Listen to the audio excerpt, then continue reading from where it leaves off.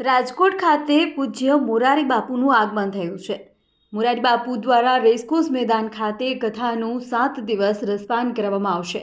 ત્યારે બાપુનું આગમન થતાં રાજકોટના રાજમાર્ગો પર ભવ્ય શોભાયાત્રા નીકળી હતી, જેમાં હાથીની અંબાડી, વિન્ટેજ કારનો કાફલો, આદિવાસી ધમાલ નૃત્ય સાથે જ અયોધ્યા ખાતે સ્થાપિત થયેલ ભગવાન રામની મૂર્તિની પ્રતિકૃતિ પણ યાત્રામાં આકર્ષણનું કેન્દ્ર રહી હતી।